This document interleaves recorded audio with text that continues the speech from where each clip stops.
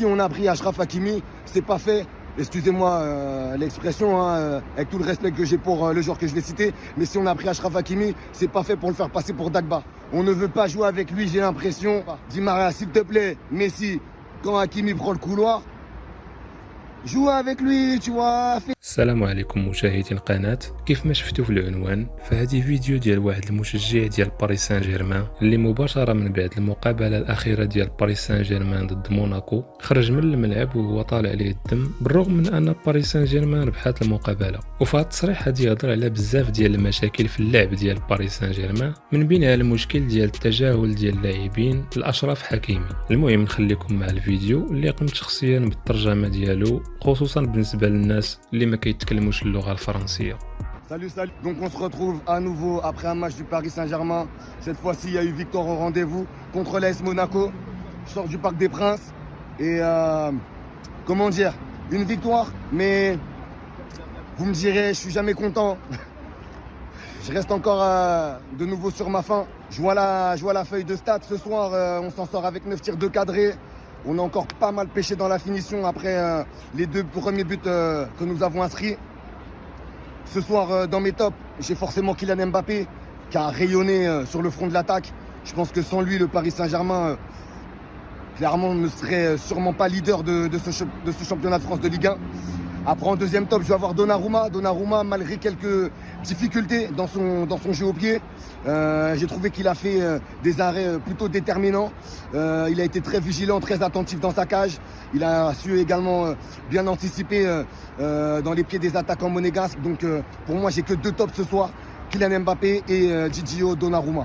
Après, pour ce qui est de la partie, comme je disais, on a pas mal pêché dans la finition. Lionel Messi, ce soir a crédité quand même d'une belle passe décisive sur le second but parisien.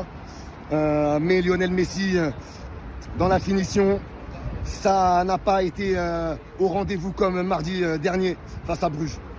Dans le sens où il a pas mal vendangé, il a pas mal loupé ses occasions, des occasions qui en temps normal avec Messi finissent au fond. Là, ça c'était au-dessus, même les coups francs, souvent très mal frappés de sa part. Quel autre joueur m'a un peu déplu ce soir? Forcément André Di Maria. André Di Maria qui de par ses déplacements, de par son jeu, quelquefois téléphoné, en oublie, je trouve un peu trop, un garçon comme Achraf Hakimi. Alors on va pas me dire qu'Achraf Hakimi est devenu mauvais du jour au lendemain. On sait qu'Achraf Hakimi n'est pas à l'aise dans cette défense à 4 que Poch aligne depuis quasiment le début de la saison. Mais je suis désolé, Achraf Hakimi sur les premiers mois, il était rayonnant. Et là depuis facile 2 mois maintenant, c'est compliqué et on l'oublie trop souvent. On ne veut pas jouer avec lui, j'ai l'impression. Le garçon fait des montées comme du temps de Dortmund, comme du temps de l'Inter Milan, mais André Di Maria préfère lui repiquer à chaque fois. André Di Maria préfère lui chercher systématiquement Lionel Messi, et à un moment donné il va falloir que ça cesse, parce que si on a pris Achraf Hakimi, c'est pas fait. Excusez-moi l'expression, avec tout le respect que j'ai pour le joueur que je vais citer, mais si on a pris Achraf Hakimi, c'est pas fait pour le faire passer pour Dagba. Di Maria, s'il te plaît, Messi, quand Hakimi prend le couloir, joue avec lui, tu vois, fais des petits jeux en triangle. Le changement en fin de partie de Pochettino, à noter que ce soir les changements ont été très tardifs de la part de Mauricio Pochettino. Paredes qui rentre, Herrera qui rentre. On finit avec Messi devant qui marche. Mbappé, c'est bien de le faire sortir, il mérite une ovation par rapport aux 6 premiers mois de cette saison qu'il nous a offert. Mais faire rentrer Paredes et Herrera, je comprends pas trop le délire. De finir avec Messi devant qui marche, qui est un peu en dilettante. Donc honnêtement moi ça me dérange un petit peu. Pas grand enseignement à tirer de ce match. Très peu de maîtrise du Paris Saint-Germain, je l'ai dit, 2 tirs cadrés seulement sur 9. Une possession de balle à 52 contre 48 pour Monaco.